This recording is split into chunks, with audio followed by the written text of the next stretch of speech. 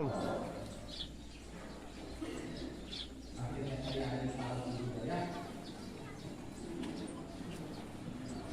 saya sengaja mengikuti keluarga parodi, rupanya minggu kali ini saya harus di parodi. Karena tahun lalu saya ingat persis rumah agung itu saya di sini. Lalu saya sengaja mau membuat pastor parodi itu sekali-sekali merayakan hari hari suci di parodi. Jadi pas berkit, wah, sengaja saya bilang saya sudah parodi itu rupanya lupa. Nah, itu kelicikan saya ya, jangan diikuti. Bapak Ibu saudara-saudari yang terkasih, saya kan cuma melaksanakan pesan Injil dulu seperti merpati, licik seperti ular. Dan hari ini juga saya ingin mengajarkan sesuatu kepada Bapak Ibu saudara-saudari yang terkasih setelah bermenung sedikit tentang bacaan Injil hari ini. Dan saya menemukan sebuah kisah kecil di mana saya memiliki makna Paskah yang berbeda, ya. Untuk sebagian orang Paskah itu orang Yahudi sebelum ini ya. Kita berangkat dari orang Yahudi dulu dalam kitab Keluaran yang kita dengarkan dalam bacaan yang kedua kemarin ya. Sebenarnya itu masuk dalam bacaan ketiga jika ada 9 bacaan. Kitab Keluaran kita mendengarkan bagaimana Allah itu berbicara kepada Musa untuk membimbing bangsa Israel, bangsa pilihan Allah keluar dari perbudakan Mesir, tanah Mesir. Makanya kitab Keluaran itu ditulis namanya Keluaran karena judul aslinya itu Exodus, memang keluaran artinya ya. Itulah Paskah Tuhan, di mana Tuhan mengantar umat Israel keluar dari tempat pembuangan. Itu makna yang pertama. Yang kedua juga makna yang kita temukan dalam kitab Keluaran juga ya, yaitu ketika Tuhan lewat. Tuhan yang lewat kita kenal dengan Tuhan memanggil ya, Tuhan memanggil. Artinya waktu itu ada wabah tulah ke-10 kalau masih ingat kepada orang-orang Mesir, di mana sebelum mereka orang-orang Israel itu berangkat, mereka disuruh menggunakan kasut mengikat pinggang mereka lalu memegang tongkat di tangan dan makan Paskah saat itu. Karena apa? Ketika mereka akan dibimbing keluar dari tanah Mesir, Tuhan akan lewat di depan mereka. Dan kita percaya, umat Yahudi juga percaya, jika Tuhan tampil di depan kita secara langsung, siapa yang dapat menahan cahaya kemuliaan Allah? Pastilah kita akan mati. Itu pendapat orang-orang kudus, termasuk Nabi Yesaya yang melihat serafim waktu itu. Dia merasa sangat berdosa dan dia pikir dia akan mati. Ya, itu bacaan ke-7 dalam malam Paskah, tapi kemarin tidak dibacakan saya yakin karena kita memilih yang 5 bacaan saja ya. Yang lebih cepat. Wah, itu Tuhan ada diskon ya. Enggak apa-apa. Nah, saudara-saudari, kenapa Tuhan lewat? Karena Tuhan ingin melawat umatnya. Itu bentuk kesetiakawanan, kasih Allah kepada dunia yang ingin berjumpa langsung dengan umatnya. Cuma kebetulan waktu itu orang-orang tidak siap. Nah, makanya anak-anak sulung ya, anak-anak laki-laki di Mesir itu mati. Tapi orang yang siap sudah berikat pinggang, berkasut, bertongkat, tinggal di sana, mereka tidak mati. Karena mereka siap. Selain karena siap, mereka juga punya tanda. Apa tandanya? Mereka menggunakan darah anak domba sebagai bentuk penyesalan atas dosa dan penebusan dosa yang Cak buka sama dilihat atau buka cantiknya.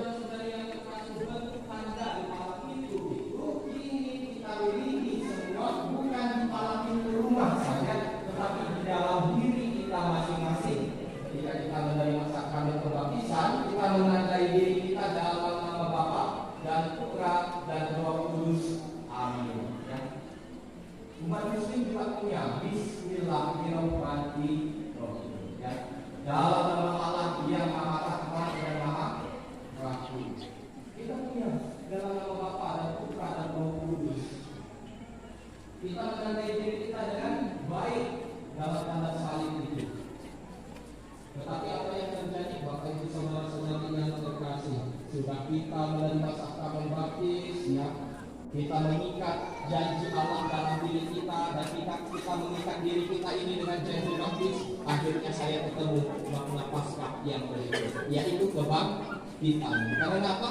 Tanda salib yang kita pakai dalam diri kita ini, dalam nama Bapa dan Putra dan Roh Kudus, itu merupakan peristiwa di mana Yesus menderita sengsara, wafat, lalu dimakamkan. Dan hari ini kita peringati kebangkitannya. Apa kata Rasul Petrus kepada jemaat di Filipi? Jika Yesus Kristus tidak bangkit dari alam maut, maka sia-sialah imanmu. Tapi karena dia bangkit, dia menjadi jaminan bagi kamu untuk masuk ke dalam kehidupan abadi. Kita bersyukur. Kebangkitan, makna Paskah, kebangkitan ini menjadi jaminan kita bahwa kita lewat sakramen pembaptisan yang sudah diangkat menjadi anak-anak Allah, boleh juga masuk ke dalam kerajaan surga, bertemu dengan saudara sulung kita, Yesus Kristus sendiri.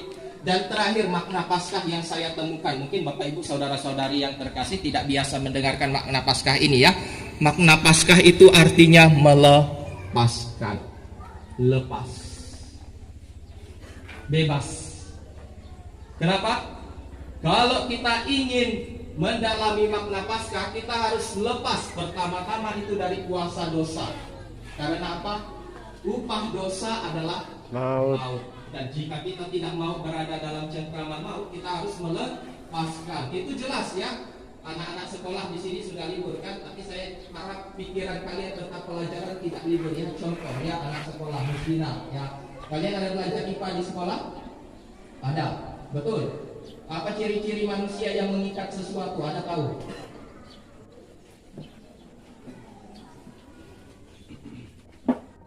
Suster? Oh, oke lah. Pertanyaannya agak nyeleneh ya. Nah, kalau saya tanya seperti ini, pasti kalian bisa jawab. Ciri-ciri manusia dikatakan makhluk hidup apa? Bernapas. Ketika dia bernapas, dia mengikat sesuatu, saudara-saudari yang terkasih. Ya. Apa yang dia hidup?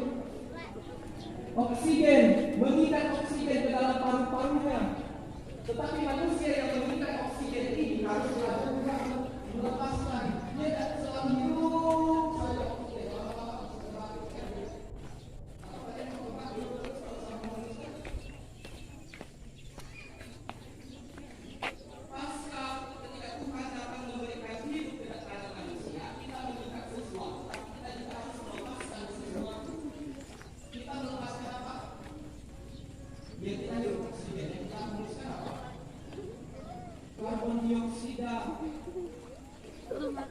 Menarik memang, Bapak Ibu saudara-saudari yang terkasih, kalian menghidupkan lewat depan atau lewat belakang terserah ya. Salah, menghidup pula ya, menghembuskan. Karena apa? Memang seperti itulah dalam diri manusia, kita harus belajar melepaskan. Dan dari sini kita belajar bahwa peristiwa Yesus yang wafat lalu dia menghilang dari kubur itu, apa yang terjadi? Ada seorang wanita, Maria Magdalena, datang ke kubur pagi-pagi. Karena apa? Dia tidak mau terlepas dari Yesus. Dia begitu mengasihi Yesus. Kita juga pernah punya pengalaman itu ya. Saya bersyukur ya, saya tidak menikah ya. Tapi Bapak Ibu saudara-saudari yang terkasih yang hadir di sini yang sudah menikah, punya anak, orang tua punya anak kan? Ada yang 1, ada yang 2, ada yang 3, yang belum nanti semoga diberikan ya. Tapi anaknya tidak akan selama-lamanya bersama-sama mereka. Nanti anak sudah tamat SMA harus kuliah. Kuliah tidak ada di pusat paroki ini ya. Ada kampus di pusat paroki ini? Saya rasa tidak ada ya. Semoga tahun depan ada. Doa saya agak lain ya. Tapi saya berharap nanti kita lihat setelah anak kuliah, anak tidak tinggal dengan orang tua, mereka pergi jauh. Kecuali kalau UT ya. UT pun kadang-kadang harus pergi jauh karena harus kuliah. Pas pergi jauh masih bisa mereka pulang. Tapi nanti kalau mereka sudah punya keluarga sendiri, kita harus belajar melepaskan. Bapak Ibu yang sudah menikah, suami dan istri, turun. Melepaskan. Karena apa? Tidak selama-lamanya kita dapat hidup turun. Enggak usah naik ya. Tuh adiknya dilihat. Ya. Tapi suatu saat, siapa yang menang undian duluan ya, dapat tiket masuk kerajaan surga. Semoga tiketnya belum habis untuk kita. Tapi kalau salah satu sudah duluan masuk ke dalam kerajaan surga, yang satu apakah akan sedih? Tidak, Bapak Ibu saudara-saudari yang terkasih. Kehidupan harus terus berjalan. Kita belajar untuk melepaskan.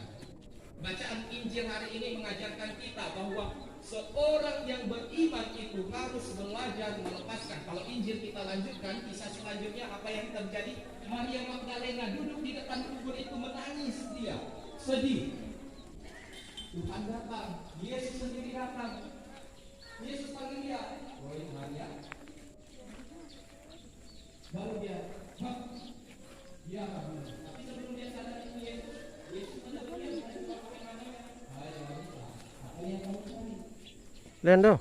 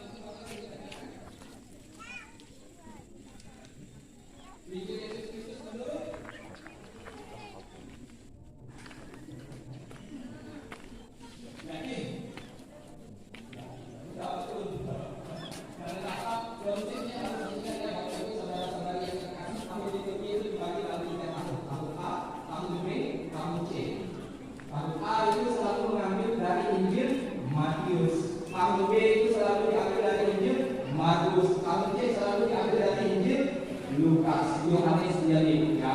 Karena apa? Yohanes itu murid yang begitu dikasih Yesus, jadi dia bisa masuk ke semua tahun. Ya. Dan hari ini, tahun ini kita merayakan tahun B. Makanya jangan takut jawab Markus, ya, betul ya. Markus itu seorang yang berkoar-koar mengeluarkan nama Allah dan dilambangkan dengan bentuk singa yang bersayap. Karena apa? Dimulai Injil Markus itu dengan mengumpamakan Yohanes Pembaptis yang berseru-seru di padang gurun, "Ratakan jalan bagi Tuhan, bertobatlah dan percayalah pada Injil, sebab kerajaan surga sudah dekat." Itu yang dikatakan oleh Markus. Ketika dia mengisahkan sejarah Yohanes Pembaptis sebelum membaptis Tuhan. Dan saudara-saudari yang terkasih, pada hari ini seperti Santa Maria Magdalena, seorang kudus dalam tradisi kitab suci, tidak banyak wanita yang menjadi orang kudus dalam tradisi kitab suci. Hari ini kita diajarkan bagaimana kita harus melepaskan diri dari dosa-dosa kita. Bagaimana caranya? Saudara-saudari yang terkasih, hari ini kita diajarkan oleh kedua murid yang datang ke kubur Yesus. Yang satu larinya lebih cepat daripada yang sudah menunggu gitu ya.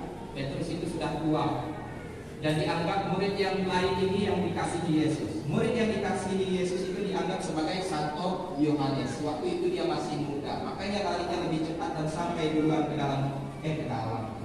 depan kubur. Lalu dia lihat ke dalam, dia tidak masuk. Dia memberikan kesempatan untuk yang tua duluan masuk ke dalam kubur Yesus. Bukan berarti kita memberi kesempatan kepada yang tua duluan nanti ke kerajaan surga ya. Adik-adik, jangan pikir seperti itu ya. Tapi kita memberikan kesempatan kepada orang-orang yang lebih tua untuk lebih dahulu mengumpamakan, menyampaikan pendapat mereka, menyampaikan pesan mereka. Karena apa? Gereja hari ini perlu yang namanya rasa hormat. Sekali lagi saya katakan, gereja hari ini perlu yang namanya rasa hormat. Perintah Allah yang keempat dalam 10 perintah Allah adalah hormati ibu bapakmu. Karena apa? Kalau suami meninggal duluan ada dibilang janda. Kalau istri meninggal duluan ada dibilang duda. Kalau orang tua meninggal duluan ada dibilang anak yatim piatu. Tapi kalau anak meninggal duluan, orang tua tidak ada yang namanya mantan-mantan. Karena apa?